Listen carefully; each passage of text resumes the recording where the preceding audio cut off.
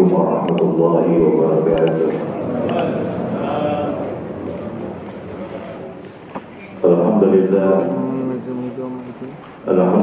الذي علم بالقلم علم الإنسان ما لم يعلم. أشهد أن لا إله إلا الله وحده لا شريك له وأشهد أن محمدا عبده ورسوله لا نبي بعده. اللهم صل وسلم وبارك على سيدنا محمد وعلى آله وأصحابه وأمته ومن تبعه بإحسان إلى يوم الدين. وبعد Bapak Ibu jamaah sekalian, insyaallah kita semua ada berkumpul di rumahnya Allah ini senantiasa selalu berdoa kepada Allah Subhanahu wa taala. Alhamdulillah, bersyukur kepada Allah Subhanahu wa taala pada kesempatan subuh di akhir hari ini. Alhamdulillah Allah masih mengizinkan kita bisa melaksanakan sholat subuh berjamaah sekaligus kembali mencari ridhonya Allah Subhanahu wa taala dan merasa berkumpul mensyukuri ridhonya Allah Subhanahu wa taala. Tentunya dalam satu harapan dan doa, mudah-mudahan salat kita, ibadah kita, zikir kita dan juga keikhlasan kita untuk berkumpul menuntut ridhonya Allah Subhanahu wa taala senantiasa diterima dan mendapatkan ridhonya Allah Subhanahu wa taala. Amin ya rabbal alamin. Salawat salam semoga tercurahkan kepada Allah Junjungan Nabi kita Muhammad sallallahu alaihi wasallam, seluruh keluarga besarnya, para sahabat-sahabatnya, juga para sahabatnya sampai dengan hari kiamat insyaallah. Mudah-mudahan semua yang hadir berkumpul di masjid ini karena dia dekat sebagai Nabi Rasulullah yang telah nanti di hari kiamat kita akan mendapatkan semua dengan darinya. Amin ya rabbal alamin. Bapak Ibu jamaah sekalian, insyaallah dirahmati dan dimuliakan Allah Subhanahu wa taala. Kita awali ta'lim kita dengan berdoa kepada Allah Subhanahu wa taala. Mudah-mudahan kehadiran kita pada kesempatan Ahad di subuh hari ini senantiasa akan membawa keberkahan bagi diri kita dan menjadi diri kita menjadi orang yang taat lagi kepada Allah Subhanahu wa taala, dan pulang dari masjid ini insyaallah kita membawa ilmu yang bermanfaat. Amin. Ala hadiyya wa ala kulli niyatin salihah. Al-Fatihah. A'udzu billahi minasy syaithanir rajim. Bismillahirrahmanirrahim. Alhamdulillahi rabbil alamin warrahmanir rahim maliki yaumiddin. Iyyaka na'budu wa iyyaka nasta'in. Ihdinas siratal mustaqim. صراط الذين أنعمت عليهم غير المغضوب عليهم ولا الضالين. بسم الله الرحمن الرحيم. رضيت بالله ربا وبالإسلام دينا وبمحمد صلى الله عليه وسلم نبيا ورسولا. رضيت بالله ربا وبالإسلام دينا وبمحمد صلى الله عليه وسلم نبيا ورسولا. رضيت بالله ربا وبالإسلام دينا وبمحمد صلى الله عليه وسلم نبيا ورسولا. بسم الله الذي لا يضر مع اسمه شيء في الأرض ولا في السماء وهو السميع العليم. ربي أعوذ بك من همزات الشياطين وأعوذ بك ربي أن يحضرون سبحان الذي عدد خلقه ورضا نفسه وزينة عرشه ومداد كلماته الحمد لله رب العالمين.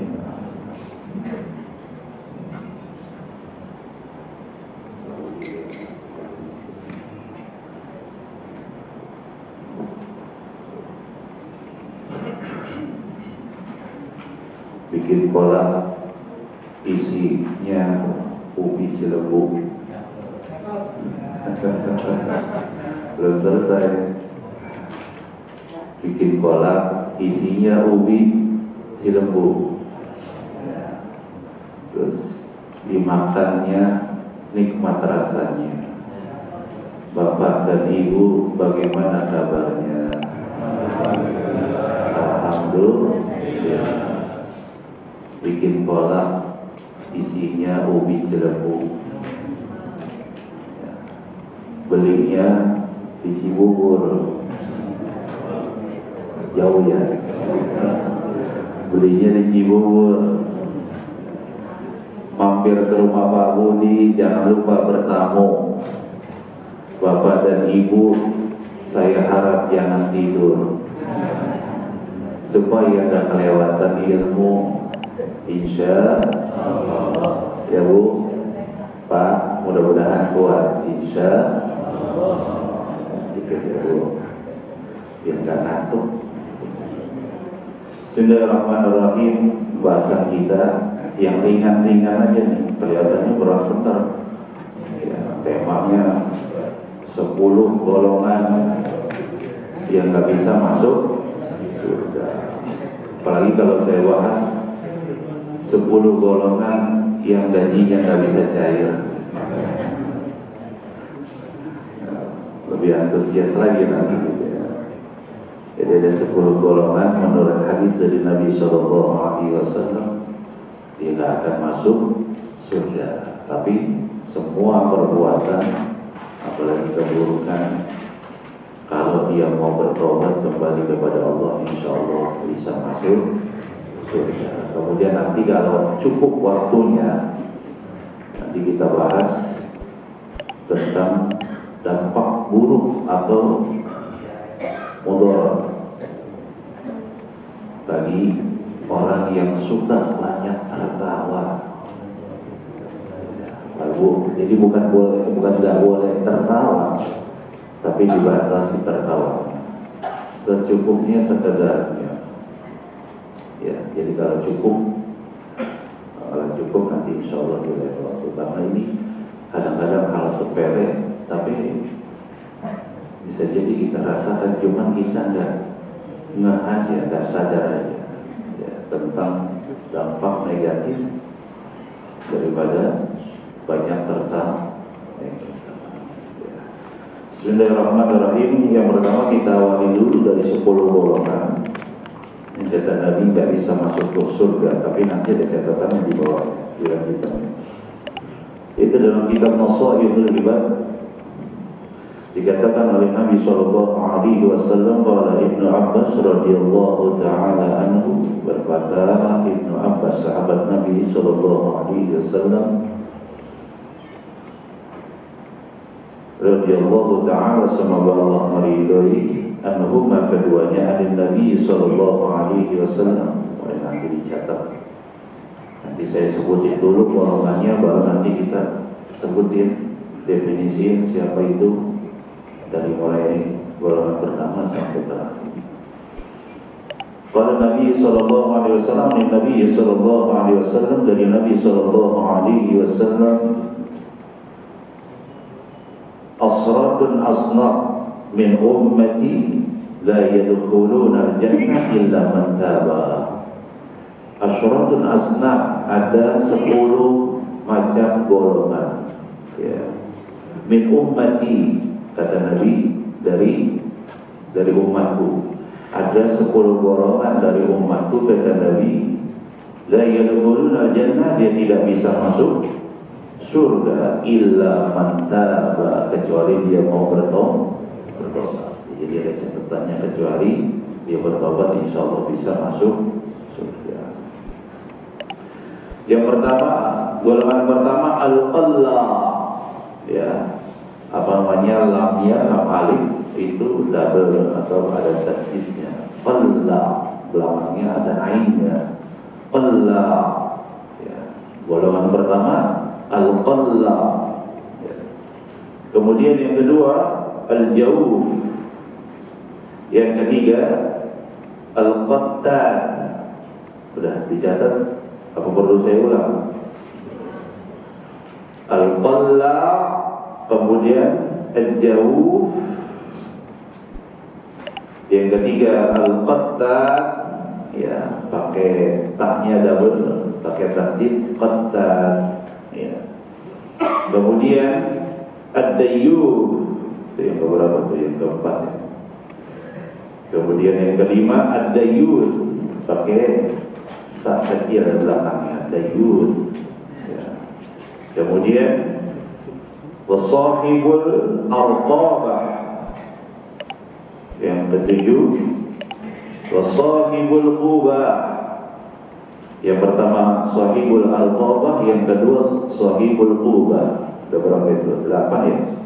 7 atau 8? 7. Kemudian 8 al-uttul, ya, betul, al-uttul. Kemudian yang ke-9 az-zanim, yang terakhir al-aqu lil walidayni. Atau bisa sering kita sebut dalam Al-Quran itu uququl walidain. Nah, kalau udah dengar uququl walidain itu udah ngeri. Ya, ada 10 ya Pak Bu? Ya, Ibu yang nyatet benar 10 ya. Dari kita bahas dilanjutkan daripada hadisnya disampaikan ila li Rasulillah sallallahu alaihi wasallam, lalu ditanyakan kepada Rasulullah sallallahu alaihi wasallam, ya Rasulullah, wahai Rasulullah, mal qalla, siapa itu yang pertama golongan yang enggak bisa masuk surga kecuali bertobat? Al-qalla. Ma al-qalla, siapa itu al-qalla? Qala sallallahu alaihi wasallam, maka Nabi sallallahu alaihi wasallam menjawab pertanyaan daripada sahabat yang bertanya pertama tentang golongan al-qalla, siapa itu al-qalla? Nabi menjawab, alladhi yamsi baina yadayil al-amara, alladhi yamsi baina yadayil al-amara.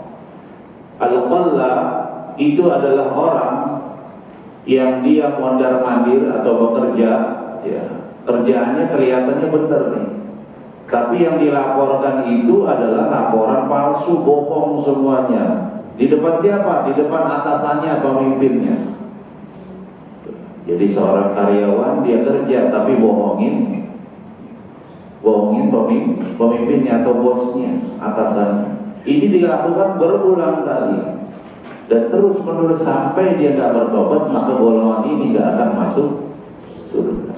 Jadi ngeri juga, karena setiap seseorang bekerja, apalagi punya pimpinan, dia juga punya amanat. Apalagi pejabat aja sebelum dia bekerja dilantik, kepalanya kalau yang Islam di atas kepalanya itu ditaruh Al-Quran. Dia sudah bersumpah, sedikit saja dia bohong atas kerjaannya, dan itu terus menerus dilakukan. Kalau dia tidak bertobat dari pekerjaannya itu, maka benar dia termasuk golongan yang tidak akan pernah masuk surga. Atau bisa juga dibilang dia cuma kerjanya cari muka doang, kerjanya mah nggak ada. Jadi mondar-mandir itu bisa dikatakan dia cari muka, pencitraan doang, kerjanya nggak ada yang benar, nggak beres.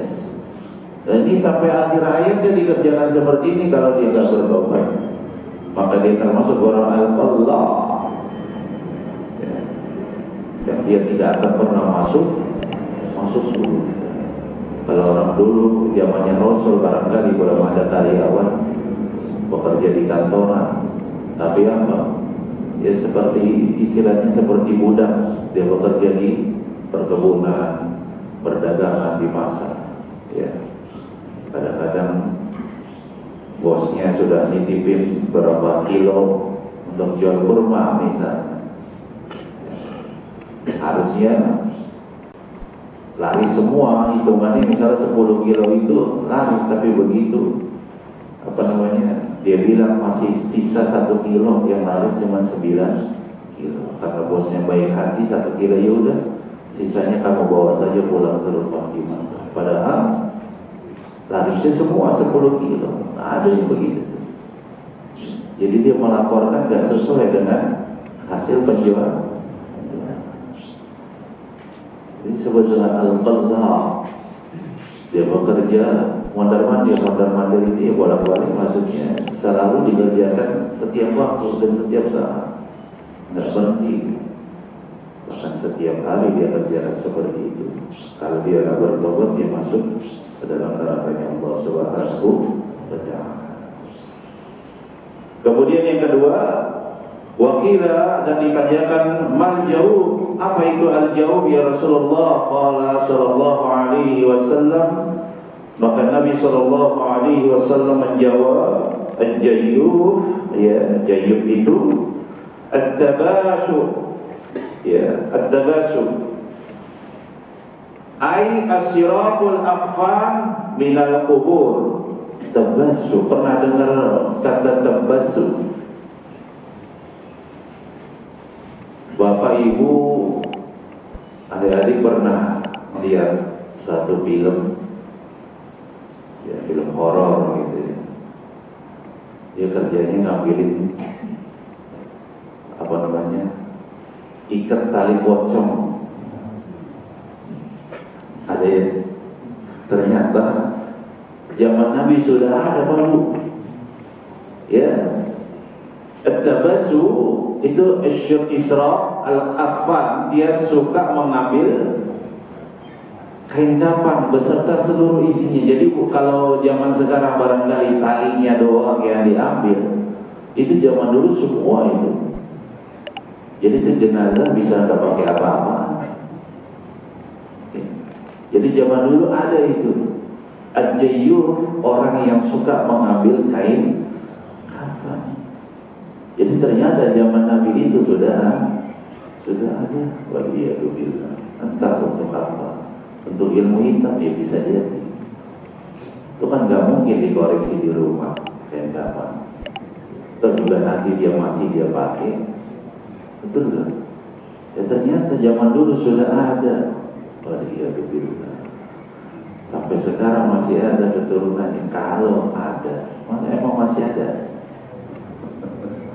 Kalau saya di TV nggak percaya, tapi katanya di TV begitu selesai film itu diambil dari kisah nyata gitu. Alhamdulillah. Jadi kain kafan diambil.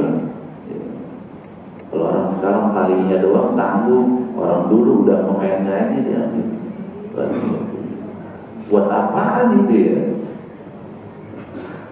Alhamdulillah.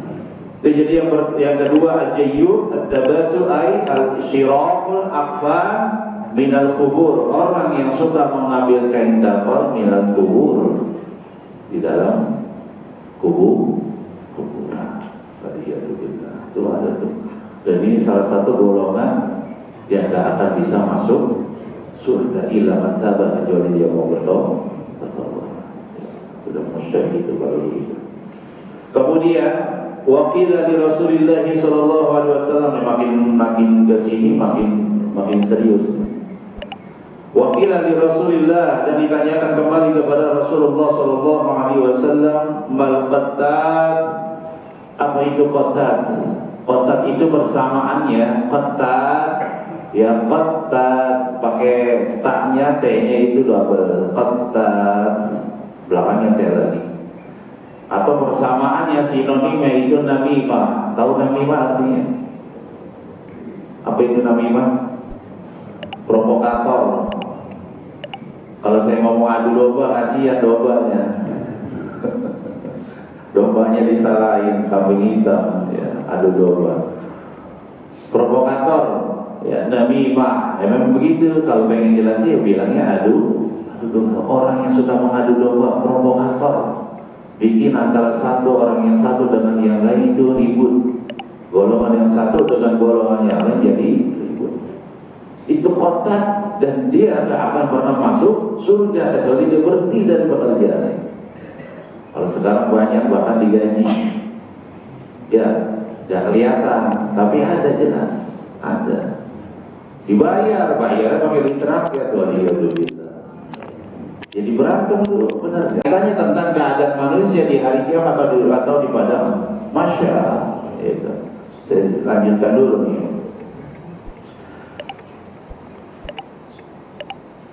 Yusharu asratun asnaf min ummati astata qada maizahumullahu min jama'ati muslimina wa yubdi surahum faminhum ala surati qirada wa ba'duhum ala suratil janazir wa ba'duhum munkawsawna bi arjulihim wa wujuhihim yashabuna 'alaiha wa ba'duhum ummati yataraddaduna wa ba'duhum sumbun bukmun la yaqilun wa ba'duhum yamdahuna lisanatuhum mutadalliyan ala sudurihim yasiluna al-qabha min abwaihim la'iban yaqadaruhum ahlul jami' wa ba'duhum muqatta'atu 'ainihim arjuluhum wa ba'duhum musallabu 'ala judur minan nar wa ba'duhum ashaddu nasna minal jauh wa ba'duhum yaksibuna jalabib sami'atan min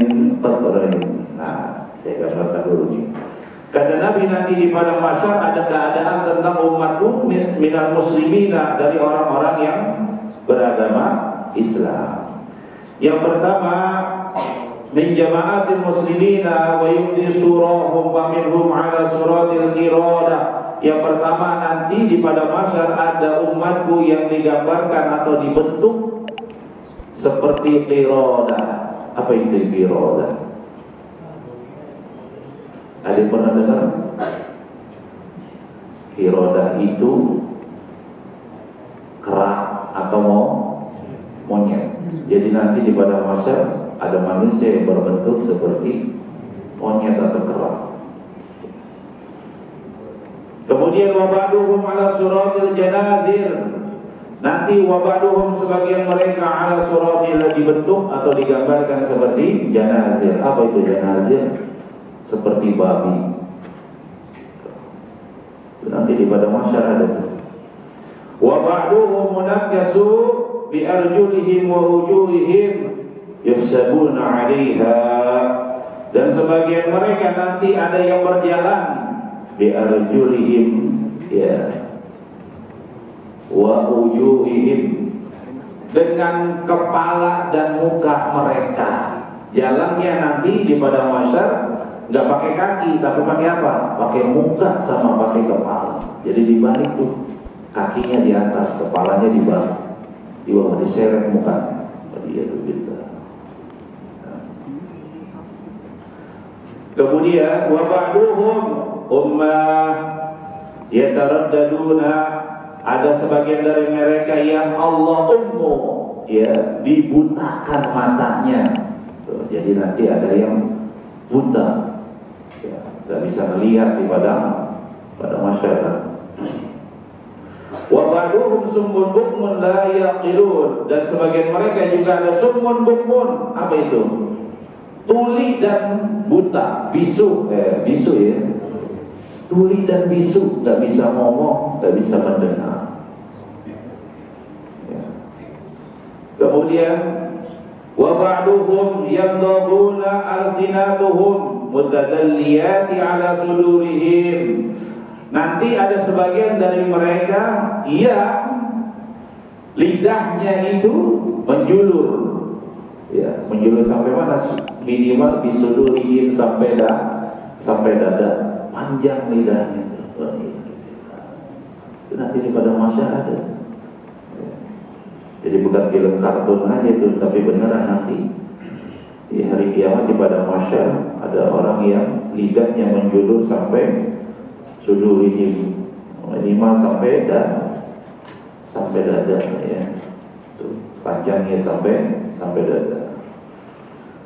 Kemudian ada lagi tuh.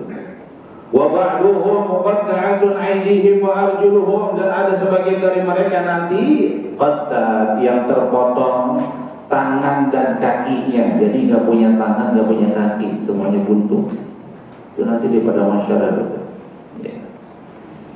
Kemudian wa ba'duhum musallamuna ala judu'il minan nar, ada nanti di pada masa sebagian dari mereka yang pakai selimut, tapi selimutnya terbuat dari api. Jadi belum sempat masuk neraka, udah ngerasain dulu selimut tapi berasal dari api. Wa ba'duhum asaddu nataka minal jaufi, dan dari mereka juga ya nanti dia diikat, ya diikat di mana? Di batang pohon. Kalau bahasa kasarnya sebenarnya disalib gitu ya. Diikat dia di batang pohon, dan batang pohon itu berasal dari pohon api neraka. Jadi nanti ada yang disalib, apa sih bahasanya, dipantek gitu ya.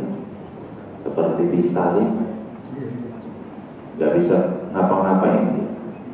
Diikat situ ya, dalam sebuah batang pohon. Itu nanti di pada masyarakat itu. Wa ba'duhum yaksawna jalabib sabi'atan minal qatrani, dan dari mereka ada yang keluar dari badannya itu mengeluarkan aroma tidak mengenakan, atau alias bau busuk, keluar nanah. Bisa dari matanya, bisa dari kupingnya, bisa dari hidungnya. Itu nanti di pada masyarakat ada. Jadi nggak cuman hayalan doang, cerita doang, dongeng, tapi beneran ya. Kemudian wa ammal ladina ala suratil qiradah, dan bagi orang yang nanti digambarkan atau dibentukkan seperti qiradah, seperti kera, itu adalah orang yang ketika di masa hidupnya falqatat bainan nas, adalah orang-orang yang suka provokator, adu domba bainan nas, di antara manusia. Jadi di situ ada kaitannya tentang al-qattat. Jadi orang yang suka provokator, adu domba, semasa hidupnya nanti di padang mahsyar akan dibentuk seperti apa? Seperti kera, seperti saya melanjutkan kan sebelum kita lanjut ke golongannya kisah atau cerita Nabi tentang penggambaran yang tadi. Siapa itu yang seperti babi, siapa yang tangannya buntung, kakinya buntung, itu siapa? Ya kita lanjutin dulu supaya nambah ilmu kita. Tulisannya kecil-kecil nih, saya sudah mulai tidak bisa lihat jelas nih. Suratul irada al-qattat bainan nas, orang-orang yang digambarkan seperti kera itu adalah orang-orang yang provokasi, adu domba ketika semasa hidupnya bainan nas, antara manusia. Wa ammal ladina ala suratil janazir, dan bagi orang-orang yang sebagian mereka dibentuk seperti janazir, seperti babi, ya. Fa aqillatu suhdu wal kasbil aram, adalah orang-orang yang ketika semasa hidupnya demen dengan makan makanan yang haram, baik itu berupa zatnya maupun sumbernya. Ya, yang haram-haram itu dia doyan makan, atau yang halal dia makan tapi asalnya dari sesuatu yang haram. Kalau dia nggak bertobat sampai akhir hayat, nanti dibangkitkan kepada masyarakat berbentuk seperti apa? Kalau di hadis yang lain ada orang-orang yang mendahului imam dalam sholat berjamaah, bentuknya seperti apa? Bapak pernah dengar? Keledai. Mendahului itu ada dua ditafsirkan. Mendahului dalam posisi dia berjamaah. Ya, kadang-kadang sama saja itu masih diikhtilafkan. Maksudnya dia melebihi daripada imam posisi. Yang kedua, mendahului itu dalam bentuk gerakan sholat imam. Tuh, hati-hati jadi orang yang mendahului imam nanti di hari kiamat berbentuk seperti apa? Itu di hadis yang di sini nggak ada. Tadi kan kita udah bahas. Kemudian wa ammal mutakassuna bi ru'usihim wa wujuhihim ba'alatul riba, dan bagi mereka yang nanti dia berjalan dengan kepala dan wajahnya. Di hadis yang lain juga ada orang yang non muslim yang kafir itu nanti di padang mahsyar dia jalannya pakai muka diseret. Nah, ini sama, kepala dan muka.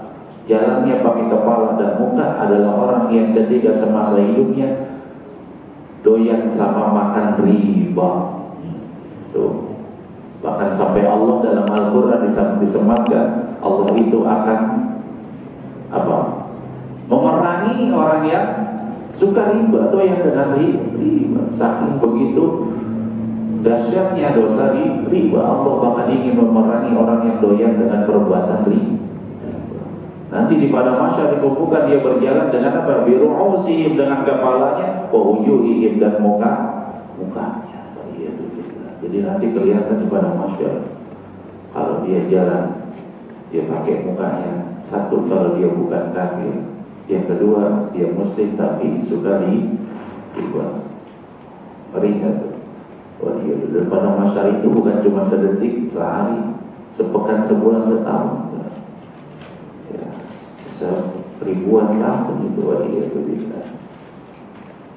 Kemudian wa ammal umyun faman yazuru fil hukmi, dan orang-orang yang umyun dan dibutakan nanti di padang mahsyar, ya, faman yazur fil hukmi adalah orang-orang yang berbuat buruk di dalam hukum. Berbuat buruk alias dia zalim, hakim yang berkaitan dengan hukum. Dia nggak adil, orang benar disalahi, harusnya hukumnya ringan diberatin. Dia berbuat tidak adil dalam hukum, nah maka nanti dampaknya seperti itu, jadi buta. Kan gambaran seperti itu kalau di negara kita, bahkan negara lain kali ya, ada patung bawa apa tuh? Timbangan, dan matanya ditutup supaya nggak berseberangan, nggak milih-milih. Tapi karena dia tidak adil, zalim, akhirnya nanti benar di padang mahsyar dan dibutakan. Sekarang sudah banyak nih, waliyadzubillah, khususnya di negara kita. Betul atau betul? Waliyadzubillah, benar Pak. Kalau saya rasakan ini karena memang ya saya tidak bersuudzon, tapi memang dampaknya ada. Karena kebanyakan pemimpin kita, khususnya pejabat-pejabat, justru mereka jauh dari Allah. Bisa jadi ini azab, ya, azab yang bisa dikatakan sebagai kiamat kecil. Jauh dari Allah. Tidak pakai kepada siapa? Orang yang beriman pun berpengaruh, Pak. Ya, bala, bencana, musibah ini siapapun akan menimpa. Disebabkan oleh orang-orang yang jauh daripada Allah. Sampai mana tadi itu? Wa amal umyun faman yazur fil hukmi, dan bagi mereka yang dibutakan adalah mereka yang berbuat zalim, tidak baik atau berlaku buruk di dalam hukum. Wa amal summun bukmun bahum alladina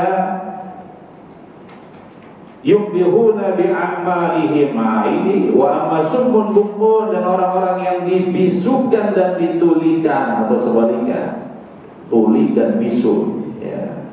Wahumul ladina yu'bihuna bi'amalihim, adalah mereka-mereka yang bi'ujub, ya, bangga diri bi'amalihim, dengan amal mereka. Waliyadzubillah, hati-hati nih. Wah, saya hampir setiap hari nggak pernah ketinggalan berjamaah.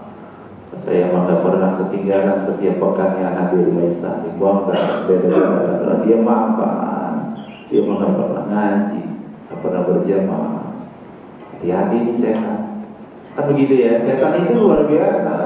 Ajazil, iblis, ibu dayanya luar biasa. Gak bisa ngajak manusia untuk berbuat maksiat, dia halangi untuk supaya manusia itu tidak melakukan ibadah atau kebaikan. Kalaupun dia nggak bisa juga, akhirnya itu orang bisa melakukan amal ibadahnya dirusak supaya hilang pahalanya. Betul nggak? Iya. Dijaga supaya apa? Nggak ke masjid, nggak sholat. Nggak bisa juga digoda oleh manusia, biarin dah, ya, diulur dulu, biarin dia sholat. Begitu sholat digoda, pikirannya digoda, hatinya digoda. Jasadnya, fisiknya di masjid, kadang-kadang pikirannya di tempat lain, digoda. Nggak bisa juga, usul juga tuh. Nanti ini selesai, saya tungguin, kata setan. Ya, begitu keluar dari masjid jalanan, lihat orang nggak sholat, nggak talim, dibisikin tuh, bangga diri, saya ingat dong ya, kamu itu ngapain ya? Tuh, hati-hati tuh. Orang yang bangga diri bi'amalihim, dengan amal mereka. Saya ini udah pintar, saya ini udah ngajar, cuma apa? Masih begitu-begitu aja. Saya ini berilmu. Walhamdulillah. Mereka nanti akan ditulikan dan dibisukan. Maka nanti ketika dipanggil oleh Nabi Muhammad, berkumpullah umatku, ya wahai umatku, sini kumpul. Dia tidak benar, tidak kumpul bersama umatnya Nabi Muhammad. Walhamdulillah. Ngeri, ya. Ujub. Orang beramal soleh saja masih bisa celaka. Karena apa? Karena sifat ujubnya beda ya, antara ujub dengan ria. Ria itu pamer dia langsung. Ya. Kadang-kadang belum diamalkan saja dia udah pamer dulu. Begitu mau sedekah satu M, belum disodakohin ke masjid, dia tumpuk dulu depan rumahnya tuh duit segepok. Tuh, biar orang tahu. Tuh. Padahal belum disedekahkan, amalnya belum dikerjain, tapi dia udah riya dulu lah. Ya, jadi itu ada antara riya dengan ujub. Kalau ujub biasanya sudah dikerjakan, bangga dia. Kemudian mana tuh tadi?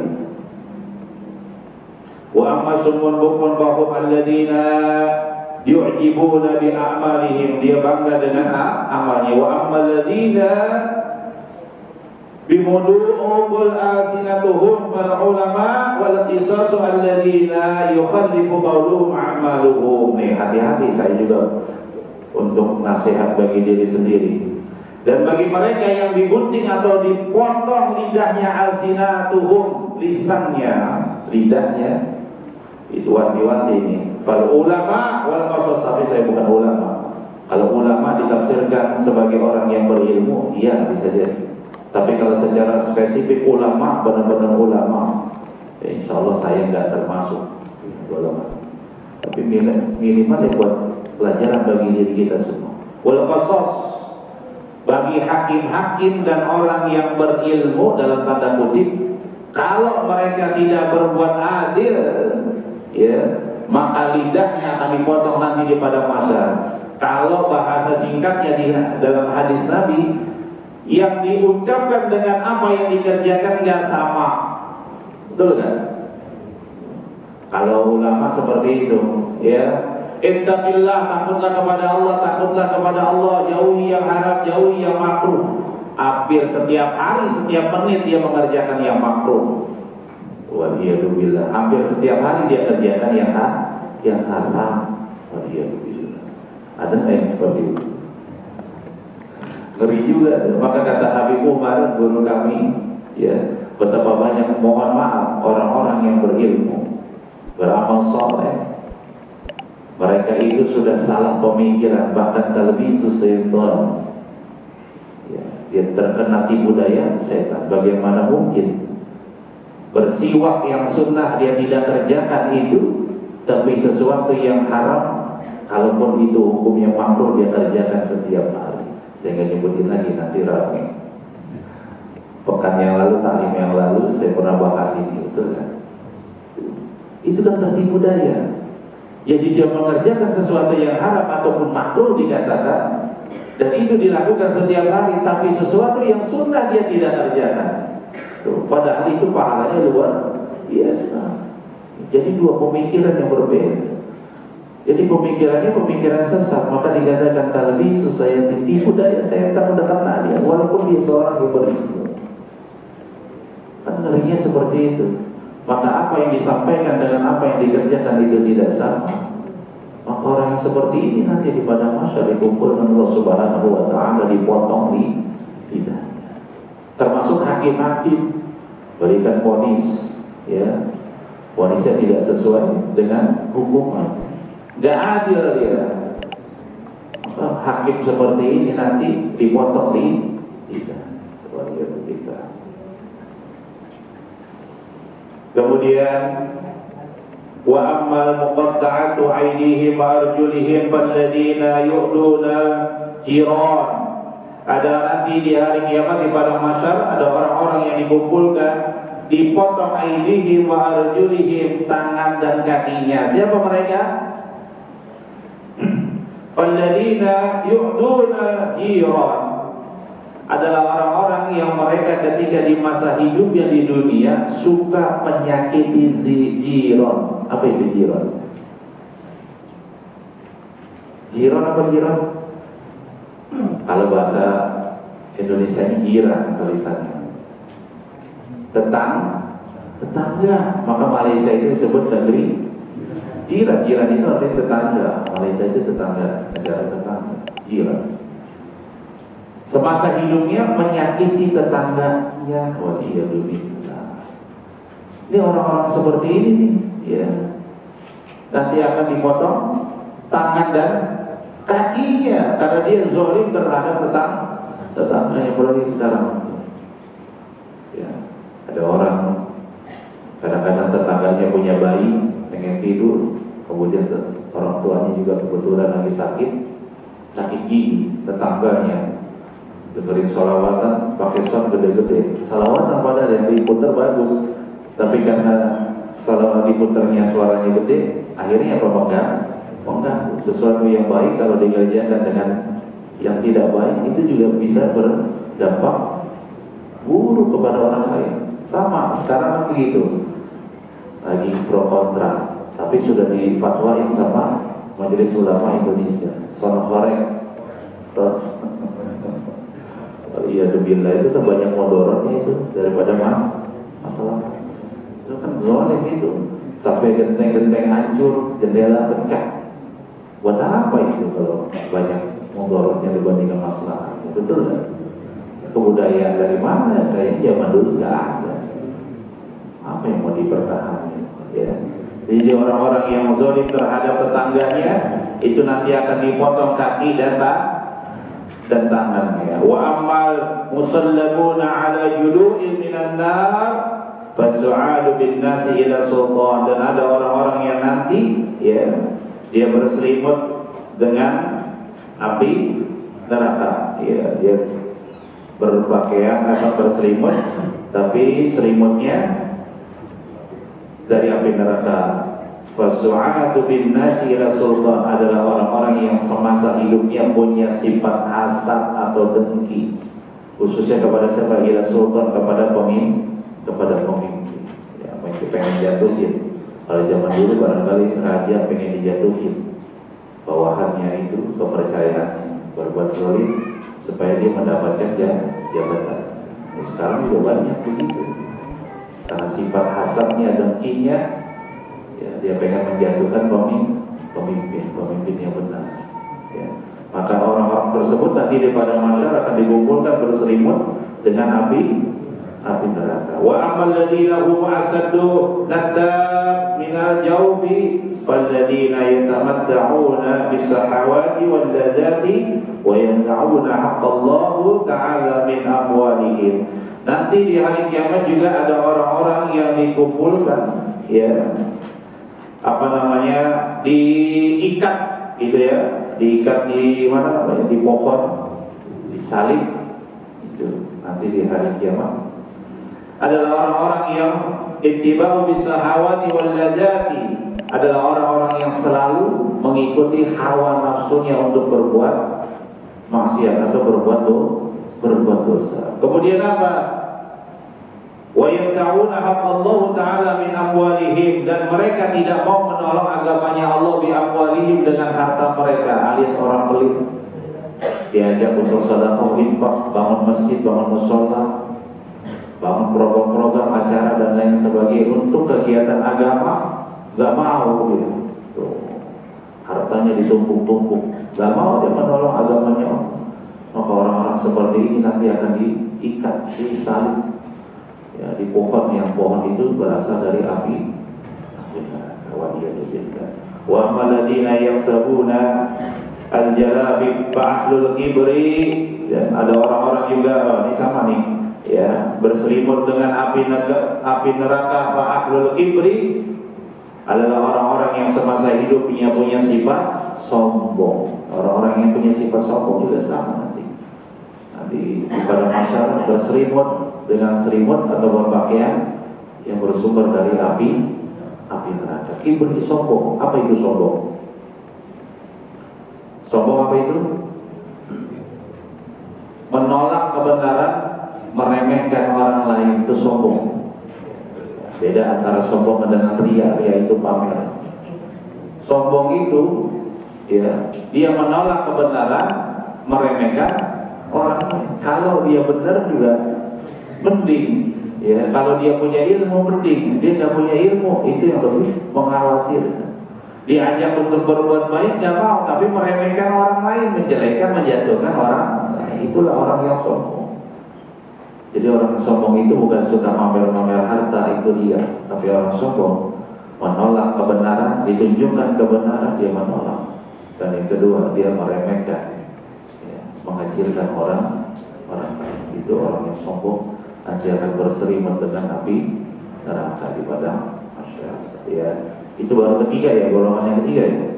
Al-Qattab, orang yang an-namimah. Kemudian wakila li Rasulillah sallallahu alaihi wasallam, lalu ditanyakan kepada Rasulullah, ma dayyub, golongan yang keempat ad-dayyub. Siapa itu ad-dayyub? Qala sallallahu alaihi wasallam, maka Nabi sallallahu alaihi wasallam menjawab, alladhi yujmi'u fi baitil al-qattayyah, adalah orang-orang yang semasa hidupnya al-jamil, dia mengumpulkan orang lain fi baitihi, di rumahnya. Kalau zaman dulu di rumahnya, kalau sekarang udah banyak ya, hati-hati. Jadi ad-dayyub itu kalau mau disingkat, apa itu ad-dayyub? Ad-dayyub itu kalau zaman sekarang disebut dengan mucikari, germon. Kasar nggak sih kalau ngomong? Ya, hati-hati nih. Wa yajmi'u fi baitihi, dia mengumpulkan orang-orang di rumahnya. Untuk apa? Fil jur, untuk berbuat buruk. Itu kan bahasa halusnya itu Nabi. Jadi zaman dulu udah ada germo, udah ada mucikari zamannya Nabi. Sebelum turunnya Al-Quran, sebelum berdakwah. Tapi itu kan orang jahiliyah seperti itu, bukan cuma mabuk. Tapi memang begitu perbuatan itu. Lagi kepada perempuan, dia ngumpulin perempuan di rumahnya untuk menghibur orang yang sudah capek, kelelahan dan lain sebagainya, pengen butuh hiburan. Jadi zaman dulu sudah ada tuh mucikari kan. Dan orang seperti ini ya, gak akan masuk surga kecuali apa? Ila mantaba, kecuali dia mau bertobat. Jadi zaman dulu sudah ada. Kalau sekarang mah bukan cuma di rumah, apa? Di hotel ya. Ya apalagi itu di klub, di ruko ada juga ya, bahkan warung itu ada juga. Saya pernah tuh pengalaman cerita sedikit. Waktu mertua saya meninggal dunia, saya berangkat dari sini itu sekitar jam 9 ya, setengah 9 lah, untuk ke Jogja, mengejar waktu supaya besok sampai bisa nguburin. Itu begitu di tol Karawang Cikarang itu macet. Harusnya memang mobil kecil kan lewat atas tuh ya, MBZ. Itu salah tuh teman saya lupa dia, karena khawatir dia waktu Lebaran dia pernah naik di atas macet, karena itu kondisinya waktu itu bukan Lebaran. Dia lupa karena dia trauma, macet di sana kan nggak bisa mundur. Kalau di bawah kan masih bisa keluar tol, dari jalan alternatif. Ternyata di bawah itu ya, walaupun hari biasa ternyata macet banyak truk. Akhirnya keluarlah cari jalan alternatif Cikarang. Seingat saya sih seperti itu, karena malu. Lewat samping-samping keluar tol, lewat samping-samping apa namanya, perumahan, bukan perumahan, apa namanya, perkampungan orang. Memang jalan raya, ada jalan raya, jalan untuk mobil. Itu ada kali, saya lupa itu entah itu kali Malang atau kali apa. Ternyata waliyullah memang jalannya gelap. Begitu istri saya pengen kencing cari toilet di situ, ada musola, ada toiletnya. Begitu selesai buang air kecil sejalan pelan, ternyata di dekat musola itu berjejer waliyullah perempuan semua. Ya Allah ya Allah. Karena kondisinya sedang berduka, jadi udah acuh tak acuh saja, udah gak mikir itu, gak pernah bahas. Sepanjang jalan dipikirkan gitu banyak itu waliyullah. Dan itu terang benderang, saya bingung itu pemerintah bagaimana, itu masih jam 9:30 malah jam 10 sekitar jam 10. Bukan daerah Cikarang lah sehingga saya jadi kecil. Dayus itu adalah seorang laki-laki atau kepala rumah tangga atau suami. Ini nanti saya bahas ya, jangan tersinggung, saya mohon maaf ya, tapi saya ngomong apa aja nanti. Dayus seorang suami yang gak punya rasa cemburu kepada siapa? Minimal kepada istrinya. Tuh, ngerti gak nih maksudnya? Ya dia biarkan istrinya itu terlihat auratnya begitu keluar rumah sehingga apa? Dilihat oleh banyak orang. Dia gak cemburu, masa bodoh amat, biarin aja di istri. Mohon maaf ini ya, saya ngomong apa adanya karena kita bahas tentang dayus. Cemburu yang diartikan di situ seperti itu. Zaman dulu sudah ada dayus, zaman sekarang dayusnya lebih parah lagi dan lebih banyak medianya. Saya mohon maaf nih saya sampaikan, jangan tersinggung, saya mohon maaf untuk pelajaran buat diri kita. Kalau orang dulu barangkali hanya sekedar enggak menutup aurat, begitu keluar rumah dan lain sebagainya dia kemana. Kalau orang sekarang kadang-kadang sudah menutup aurat justru diperlihatkan, seolah-olah diperlihatkan. Tuh, mohon maaf ya, sekarang ada media sosial itu menghasilkan duit bagus, bikin video. Kalau bukan video atau foto-foto yang bermanfaat, demi Allah saya katakan itu haram, mengandung dosa.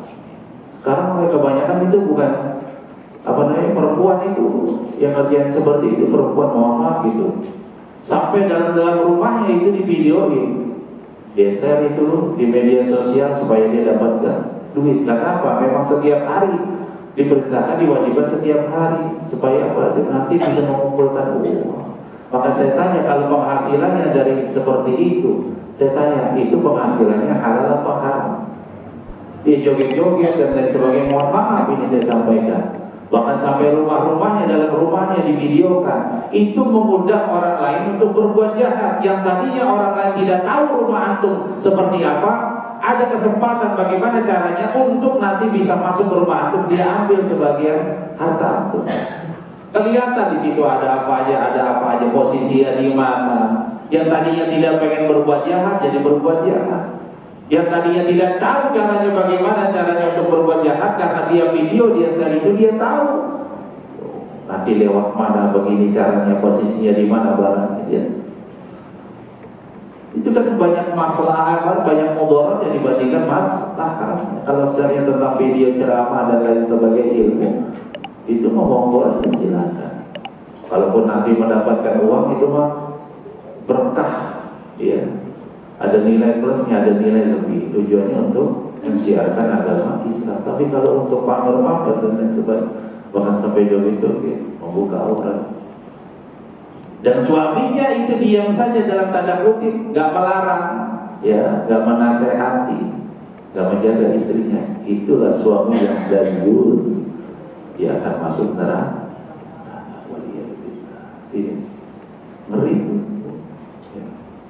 Jadi diwanti-wanti, disampaikan kepada istri kita, anak-anak kita juga umumnya, jangan sampai kita menjadi suami yang dayus, yang tidak punya rasa cemburu. Wakila di Rasulullah sallallahu alaihi wasallam, dan ditanyakan pada Rasulullah, ma sahibul arqabah? Qala sallallahu alaihi wasallam, alladziina yadribuna tabli. Sahibul arqabah itu orang yang suka menabuh dendam. Dendam begini ya, bukan begini. Jadi zaman dulu udah ada tuh orang suka main gendang. Gendang ini untuk mengiringi, biasanya setahu saya mengiringi ya seperti tadi tempat hiburan tuh yang isinya banyak orang mabuk, pelacuran dan lain sebagainya. Ini dikerjakan terus-menerus sampai akhir hayat. Nah ini juga bisa diikhtilaf antara ya sekarang, bukan sekarang, malah masuk dalam hukum tentang musik dan juga alat musik, yaitu perbedaan pendapat. Saya nggak mau masuk ke situ lah, nanti tanya Ustaz siapa? Ustaz Sabeni ya, akan beliau tentang fikih, nanti boleh tanya tentang hukumnya. Karena di sini orang yang menabung gendang ini termasuk golongan yang nggak masuk surga. Maka tanya apa hukumnya tentang musik, atau mungkin yang diharamkan itu alat musiknya, gitu. Ya, kalau zaman dulu, zaman Nabi ada namanya dong, itu seperti rebana. Untuk apa namanya, mengiringi syair-syair itu. Nah itu hukumnya apa? Alat musiknya kah, atau lagunya kah, atau memang musiknya secara umum itu semua diharapkan? Itu kan ada ikhtilaf tuh. Ya saya nggak mau masuk ke situ. Nanti makan waktu banyak. Ya nanti silakan kalau perlu penjelasan tanya sama guru kita. Ya yang berkaitan tentang fikih. Tapi di sini arbaba, sahibul arbaba, orang yang suka ya main gendang itu termasuk golongan orang yang nggak bisa masuk surga illa man taba, kecuali dia mau bertobat. Ya.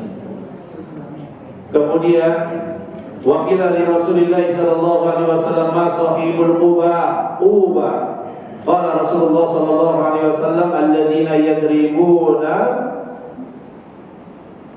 at-tanubur tabura. Ya, apa sih namanya kalau zaman sekarang? Kalau tadi kan gendang langsung pakai tangan mukulnya. Kalau ini alat musik yang dipukul pakai kayu, ya seperti kayu. Kalau tadi gendang, sekarang itu drum, barangkali zaman sekarang. Sohibun, ya orang yang suka memukul drum. Nah, itu juga nggak bisa masuk surga. Kalau zaman dulu perang juga ada di bawah-bawah itu untuk menandakan. Waliyahulillah. Ini antara dua ini bisa jadi ikhtilaf nanti perbedaan tentang fikih. Tapi saya jelaskan secara harfiahnya saja hadisnya. Orang-orang yang sudah menabung gendang dan drum itu ternyata termasuk golongan yang nggak bisa masuk surga. Mungkin barangkali dalam keadaan rusuh ataupun ada keringanan, kalau gendang dan drum itu dibuat atau dikerjakan untuk sesuatu yang baik, barangkali tidak termasuk golongan orang yang nggak bisa masuk surga. Tapi kalau digunakan dalam sesuatu yang tidak baik, itulah yang bisa memasukkan orang ke dalam neraka atau bisa menghalangi masuk ke dalam surga. Ya. Kemudian wakil dari Rasulullah sallallahu alaihi wasallam, lalu ditanyakan pada Rasulullah sallallahu alaihi wasallam, "Mal utul?" Ya, utul. Qala Rasulullah sallallahu alaihi wasallam, "Alladzina ya'funa 'anil dzambi wa la yuqbalul udra." Adalah orang-orang utul, dia minta maaf nih, minta maafnya dari kesalahannya, dari dzambinya, dari dosanya, tapi justru dia sombong. Kalau boleh dikatakan secara ringan, dia minta maaf tapi cuma basa-basi doang, gak ada niat-niat ikhlas dia minta maaf. Bahkan dia sombong. Kalaupun dia bilang saya sudah dimaafkan nih, saya sudah dimaafkan, dia sombong, dia pamerkan kepada orang lain, dia tunjukkan kepada orang lain. Jadi dia minta maaf tapi tidak ikhlas dia dalam meminta maaf. Jadi seperti ini dia Arab dia bisa menghalangi orang masuk ke dalam surga. Jadi minta maaf itu jangan basa-basi itu. Ya, ini ngeri juga nih. Hati-hati nih, jangan cuma kamu bahasa doang nih, bahasa minta maaf nih. Ikhlas harus tulus tuh, minta maaf sama orang tuh. Bahkan nggak boleh sombong, boleh hati-hati nih, ngeri juga. Ya. Kemudian wakil dari Rasulullah sallallahu alaihi wasallam, mal zanim, apa itu zanim? Qala sallallahu alaihi wasallam, alladzina ulida min az-zina wa yaquluna 'ala al-tariq. Az-zanim adalah orang-orang yang dihasilkan dari hasil berzina. Ya. Anak yang keluar dari hasil berzina, kemudian apa? Kerjanya suka nongkrong-nongkrong di pinggir jalan. Tuh. Biasanya kalau dari di pinggir jalan itu sesuatu yang negatif yang dikerjakan kebanyakan. Nah, jadi anak yang berasal dari hasil zina itu sebenarnya nggak hina, yang hina orang tuanya. Cuma karena dia tinggalnya seringnya nongkrong di pinggir jalan, itu yang membuat dia hina. Karena memang itu suka banyak berbuat negatif kalau di pinggir jalan. Jadi kalau orang nongkrong-nongkrong berbuat jahat, berbuat keburukan di pinggir jalan, ternyata udah ketinggalan sama orang dulu. Di zaman Nabi udah ada. Tuh. Ini juga sekaligus memberikan nasihat kepada diri kita. Gak usah banyak-banyak sering-sering nongkrong. Apalagi udah tua, nongkrong pinggir jalan, waliyadzubillah. Karena apa? Kebanyakan yang diomongin juga mohon maaf, kebanyakan ghibah. Ujung-ujungnya baru ngomong-ngomong baik, saking lamanya entah pengen yang diomongin apa ghibah. Kadang-kadang kalau ghibah itu ngomongin orang, saya suka tinggal aja. Saya dengerin dulu sedikit, mau menghormati saya tinggal. Cari alasan aja. Jadi ternyata banyak mudaratnya suka nongkrong-nongkrong di pinggir jalan itu. Apalagi kalau sudah tua, muruahnya hilang, kehormatannya, wibawanya hilang. Udah secukupnya aja udah. Ya, silaturahim benar boleh silaturahim, gak usah lama. Itu kalau nongkrong tidak enaknya nongkrong majelis taklim, ngumpulnya di majelis. Nongkrong di majelis taklim enak. Nongkrongnya di masjid berjamaah. Tuh. Selesai berjamaah diskusi, selesai taklim diskusi, enak tuh. Daripada di pinggir jalan.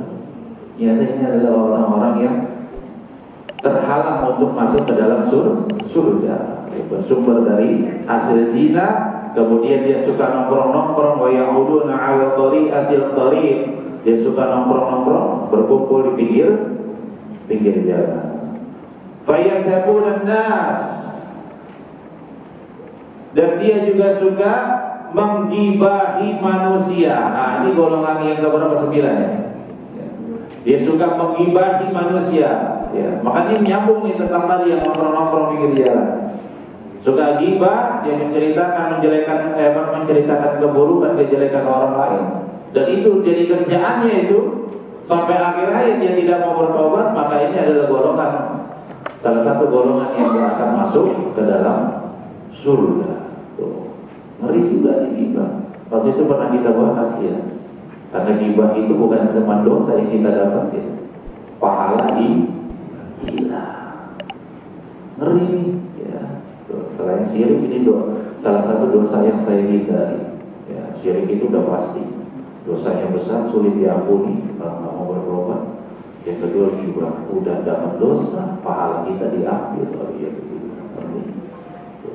Kemudian yang terakhir, wal aqul masyhurun al-uququl walidain, adalah orang-orang yang suka durhaka kepada siapa? Orang tua. Waliyadzubillah. Ini dia terputus, maka dikatakan uququl walidain. Aqiqah, sumber katanya yang sama terputus. Kenapa orang yang durhaka kepada orang tua disebut dengan uququl walidain? Terputus dia kepada orang tua, terputus dari keramatnya, berkahnya, rahmatnya orang tua, termasuk ridhonya. Karena ridho Allah itu bergantung kepada ridho kedua orang tua. Maka kalau sudah terputus hilang, sulit. Makanya ngeri. Coba bayangin, barangkali kalau selama ini doa-doa kita banyak yang belum diijabah, barangkali kita masih menjadi orang yang durhaka kepada orang tua. Walaupun orang tua sudah meninggal, orang tua nggak pernah didoain, yang didoain istri, anak, bos mulu. Orang tua yang sudah meninggal kadang-kadang nggak didoain, kalau nggak ada tahlilan nggak didoain. Waliyadzubillah. Itu masih durhaka juga ya. Mereka masih menunggu, walaupun sudah nggak ada di alam kubur, mereka menunggu doa kita. Jangan lupa tuh didoain itu. Ya. Maka benarlah dikatakan terputus dari apa? Terputus dari rahmat. Termasuk masih hidup. Doa kita sudah diijabah. Karena apa? Kita masih durhaka kepada orang tua. Waliyadzubillah. Kita kan ngeri kalau ngomong orang tua. Kita bawa beratnya orang tua kita. Ketika dulu kita masih bayi, ya kita pengen tidur, kepala kita disandain pakai bantal yang paling empuk, takut kepala ini sakit anak terus. Begitu sudah enggak ada, ya kita sudah dewasa, orang tua kita kan, orang tua kita itu cuma diselimutin pakai apa? Bukan diselimutin, kepalanya itu dijaga cuma pakai tanah. Dan kita ikut ngubur itu. Begitu kita masukkan dalam liang kubur, tengkuknya kita ganjal dengan sumpalan tanah. Ya, orang tua kita dulu kasih baju pakaian terbaik buat anaknya, belikan yang termahal, yang terbaik untuk anaknya. Tapi begitu orang tua kita meninggal, apa yang kita kasih pada orang tua kita? Cuma selai kain kapan, nggak ada yang lain. Apa yang udah bakti kita buat orang tua kita? Nggak ada, cuma itu doang. Makanya mumpung kita masih diberikan kesempatan, ya, doain orang tua kita yang sudah meninggal dunia, yang sampai kita dikatakan menjadi anak yang durhaka pada orang tua. Ya, itu ketika kita masih kecil, ya, kotoran ini, najis ini dibersihkan, bahkan sampai saking membersihkan najis kita, terkena najis kita, yang harusnya orang tua kita tengah malam itu dia bisa bersujud, melaksanakan tahajud, dia rela-rela untuk tidak tahajud, cuma membersihkan. Sekarang apa yang sudah kita perbuat untuk orang tua kita? Maka jangan sampai kita tersematkan dalam diri kita menjadi orang yang ukul walidain, durhaka kepada orang tua. Ya cukup 10 ya Pak Bu. Ya, saya mengingatkan, makanya terakhir itu Nabi mengatakan hati-hati durhaka orang tua, kita nggak akan pernah masuk. Betapapun hebatnya kita beribadah, rajin, nggak pernah putus berjamaahnya, nggak pernah putus taklimnya, tapi kalau kita masih durhaka pada orang tua kita, begitu. Karena demi Allah sekarang itu bukan durhakanya bukan sama seperti orang dulu Pak Bu. Iya. Tapi kalau sekarang itu udah luar biasa, anak itu berani, bukan cuma durhaka lewat ucapan, lewat apa namanya, umpatan dan lain sebagainya. Maka dikatakan dalam buku wala taqul lahuma uff. Bukan cuma itu, sekarang berani dibunuh gara-gara dikasih duit, dibunuh. Dan itu kenyataan fakta, dan itu bukan sesekali 2 kali, sering dan banyak. Maka itu diwanti-wanti oleh Nabi kita Muhammad sallallahu alaihi wasallam. Berbeda kita. Ya, itu sudah cukup 10 dan itu belum Bu? Pak, 10 ya. Masih ada waktu nggak kita lanjutkan atau kita selesai sampai ini? Hah? Kita lanjutkan sedikit ya tentang dampak negatif, 10 dampak negatif dari banyak tertawa. Saya sebutkan, saya nggak ngomongnya nggak ngomong ini. Ya. Bukan karangan tapi benar. Ini bahkan langsung dari hadis Nabi Shallallahu Alaihi Wasallam. Bukan malah tertawa, tapi batasi tertawa kita. Saya rasa ini penting karena hal-hal yang receh seperti ini tapi dampaknya luar biasa. Ya. Qala Rasulullah sallallahu alaihi wasallam, bersabda Rasulullah sallallahu alaihi wasallam, man kathura dhahiquhu uqiba bi asri uqubatin. Man kathura dhahiq, barang siapa kathura yang memperbanyak atau dia banyak dhahiq, banyak tertawa. Ya. Uqiba bi asri uqubatin, dia akan mendapatkan 10 efek, ya minimal 10 efek negatif bagi dirinya. Apa 10 dampak negatif bagi dirinya? Apa efek negatif bagi dirinya?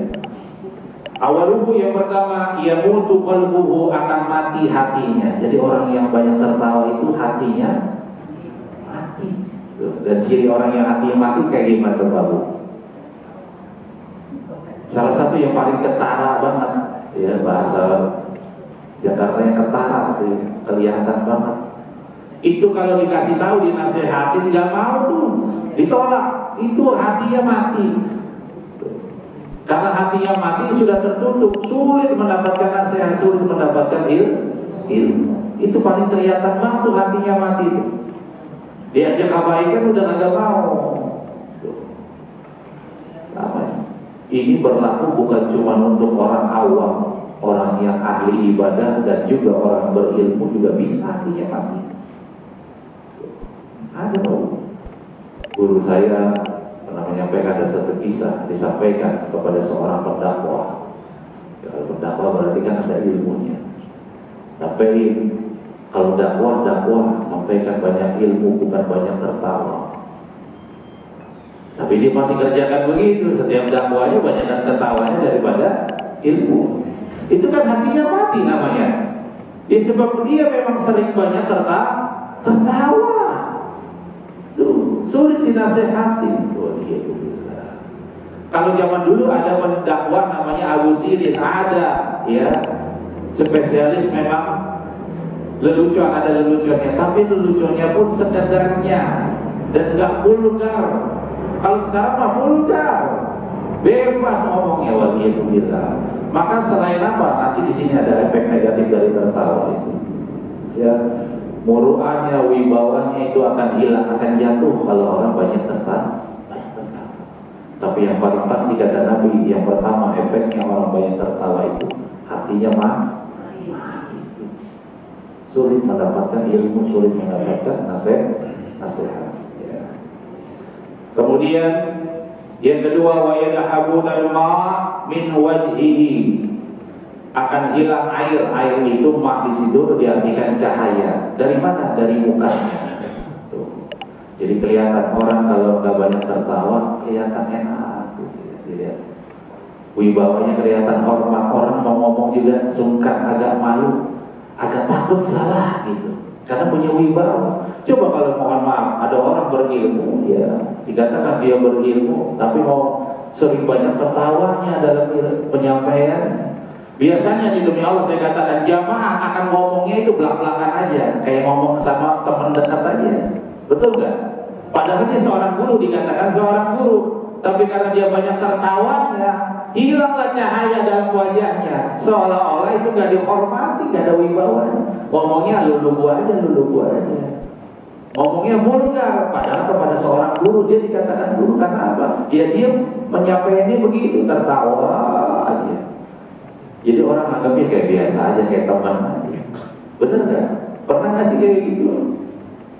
Iya. Tapi kalau dia wibawa, nggak banyak tertawanya. Orang juga suka pengen ngomong, agak takut salah gitu, mau hormat. Ngomongnya juga santun, baik, pelan-pelan, gak pelan-pelan, gak biasa. Itu yang kedua, akan hilang cahaya di wajahnya. Nabi pernah bercanda gak? Pernah tertawa gak? Pernah, tapi tertawanya sekedarnya, secukupnya. Dan juga gak banyak bohongnya, gak ada bohongnya dalam tertawa. Ada satu kisah ketika Nabi bertemu seorang nenek-nenek. Entah ini, seingat saya sih muslim. Dia pengen menuju ke Mekah untuk menunaikan umroh seingat saya. Di tengah jalan karena dia kelelahan, lalu Nabi bertemu dengan dia, diajaklah punya inisiatif karena dia tahu ditanya untuk menunaikan ibadah umroh untuk kebaikan menuju Mekah. Akhirnya Nabi apa tuh? Nabi gemblok atau Nabi gendong. Nenek-nenek sudah tua renta. Begitu digendong, dia tahu tujuannya untuk menunaikan ibadah ke Mekah. Lalu Nabi mengatakan dalam perjalanan dia menggendong sang nenek tersebut, apa kata Nabi? Dia bercanda nih, sambil bercanda. Wahai nenek-nenek, tahukah nenek, sesungguhnya di surga itu nanti gak ada nenek-nenek. Jadi ngapain umroh? Kan ditanya tuh umroh ibadah untuk apa? Dia bilang kan pengen masuk surga. Maka dikatakan oleh Nabi nanti di surga itu gak ada nenek-nenek. Kira-kira Nabi bohong apa benar? Nabi bohong apa benar? Benar, bercanda, tapi benar dia nggak bohong. Bercandanya ringan tuh. Agak tertegun ini nenek-nenek gitu, tapi dijelaskan memang di surga itu nggak ada orang tua, nggak ada orang tua. Ini nanti yang tua-tua nih, jadi muda lagi ya Bu. Enak kan Bu? Maka bersakit-sakit dahulu di dunia, nanti bersenang-senang di surga. Jadi nggak perlu beli skincare lagi. Ya udah, jadi muda semua enak. Tuh semua bahkan Gak pakai beli-belian, semua serba gratis nanti di surga. Masya Allah. Susah-susah dulu, berpayah-payah dulu di dunia, gak apa-apa. Sebentar kok, cuma 60 tahun, cuma 70 tahun. Nanti bako kita akan kekal di akhirat di surga. Itu yang kedua, efek negatifnya itu akan hilang cahaya kewibawaan dari seseorang dari wajahnya. Kemudian yang ketiga, wa yasmutu bihi syaitan, akan membuat senang setan. Tuh, kalau setan udah senang berarti temannya siapa? Setan. Tuh, biasanya orang banyak tertawa, banyak apa? Banyak perbuatan buruknya.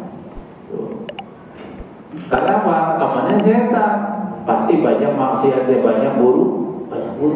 Kadang-kadang begitu, nggak disadarin. Kadang-kadang makan susah pakai tangan kanan, makan minum susah pakai tangan kanan, buru-buru aja. Kadang-kadang pakai bismillah, diberisikin setan. Karena temennya setan, buru-buru. Kadang-kadang bersihin najis, buru-buru, akhirnya nggak bersih. Padahal pengen sholat dan lain sebagainya.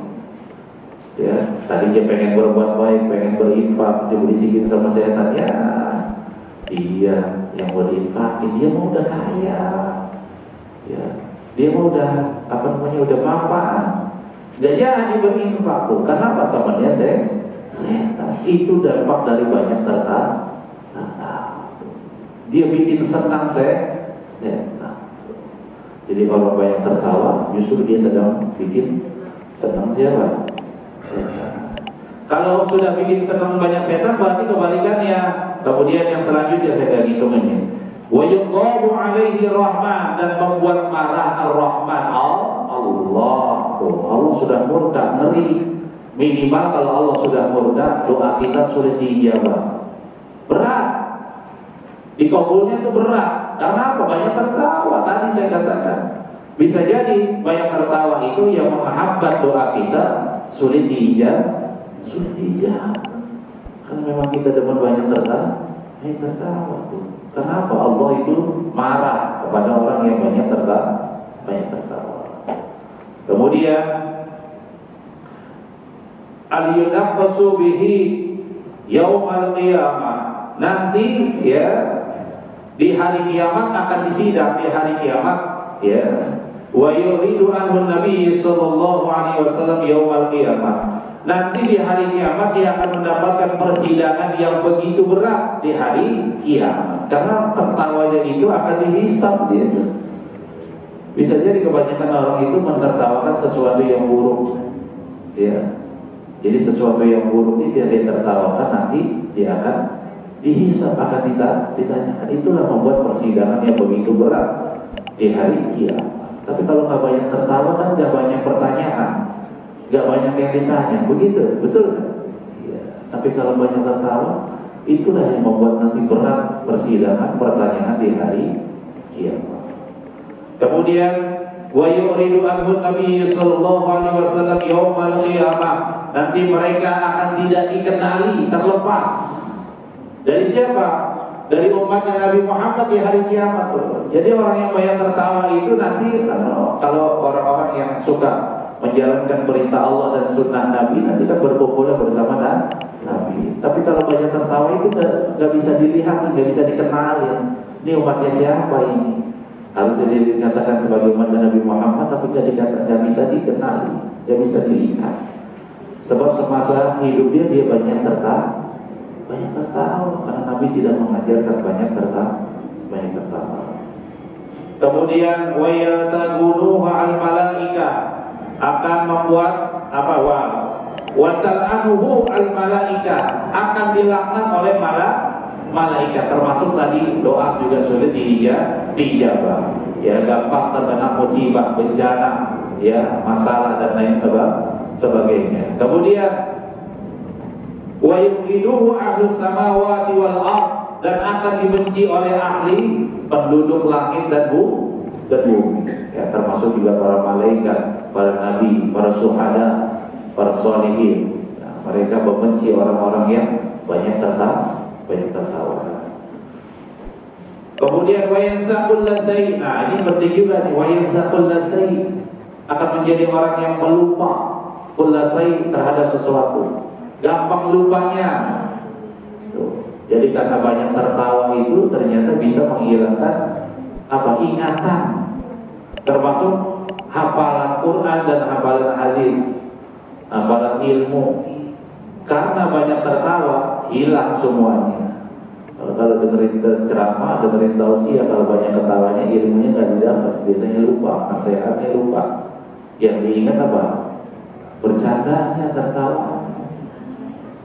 Wa yansaqul lasai, kata Nabi, orang yang main tertawa akan banyak lupanya. Efeknya itu banyak lupanya. Itu kayak orang udah tua aja gitu. Kemudian wa yabtadi'hu yaumal qiyamah, akan terbongkar apa? Al-uyubu, sunnahnya atau aib-aibnya di hari kiamat semua dibongkar. Sebab dia semasa hidup dia banyak tertawa. Jadi hati-hati nih Pak. Kadang-kadang kita hafal Al-Fatihah, tapi karena banyak tertawanya kadang-kadang suka salah baca Al-Fatihah, lupa baca Al-Fatihah, salah baca surat. Bisa jadi itu karena kita suka banyak tertawa. Karena banyak tertawa itu bisa menghilangkan ingatnya. Ya, kadang-kadang sekarang anak muda begitu. Kayak udah tua aja lupa mulu ini. Banyak lupanya karena dia suka banyak tertawa. Maka dikatakan dalam hadis yang lain, sebutkan orang yang banyak tertawa atau banyak senangnya di dunia, nanti justru banyak sedihnya di akhir. Jadi hati-hati. Bukan gak boleh tertawa ya, boleh, manusia mau wajar, tapi tertawanya dibatasi secukupnya. Dan tahu tempat, tahu waktu, itu yang paling penting. Kira-kira sudah cukup Pak Bu? Ya, ada yang ingin ditanyakan sebelum kita tutup barangkali karena sudah kelamaan barangkali. Ya. Waalaikumsalam warahmatullahi wabarakatuh. Tadi disebutkan bahwa ada dua orang yang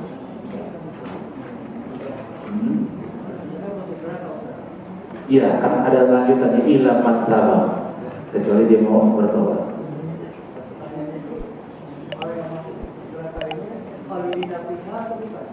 Iya, termasuk khalidina fiha.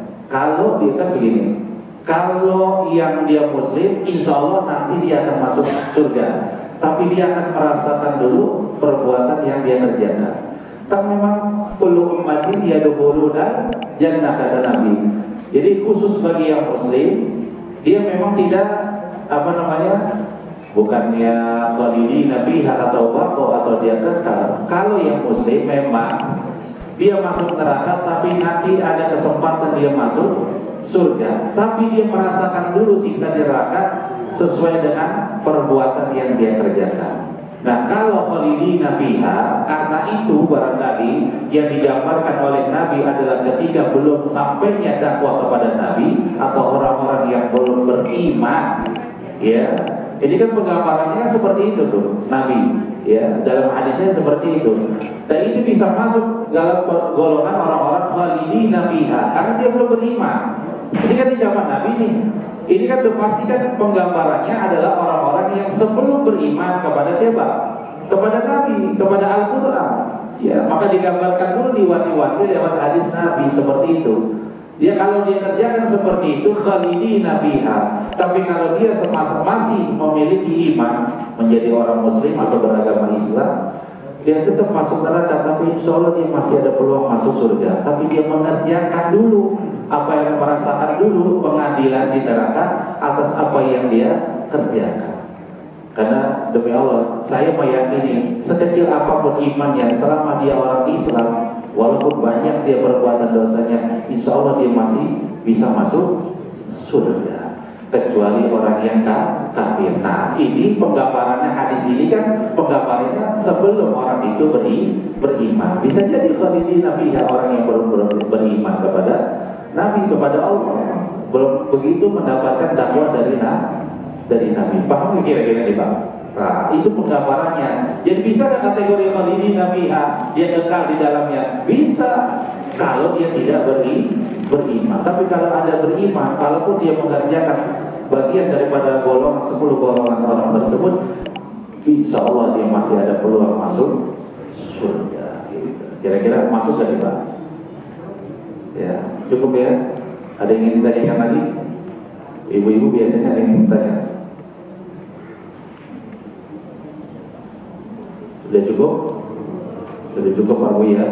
Saya mohon maaf apabila barangkali ada tutur kata hilang dari saya. Saya mohon dibukakan pintu maaf yang sebesar-besarnya. Jika mudah-mudahan Allah Subhanahu wa taala, mudah-mudahan segala hilang dan dosa-dosa kita diampuni Allah Subhanahu wa taala, dan semoga pulang dari sini kita membawa ilmu yang bermanfaat. Allah kumpulkan kita semua bersama-sama, bukan hanya di masjid ini, tapi insya Allah nanti bersama-sama kita berkumpul di surga Allah Subhanahu wa taala.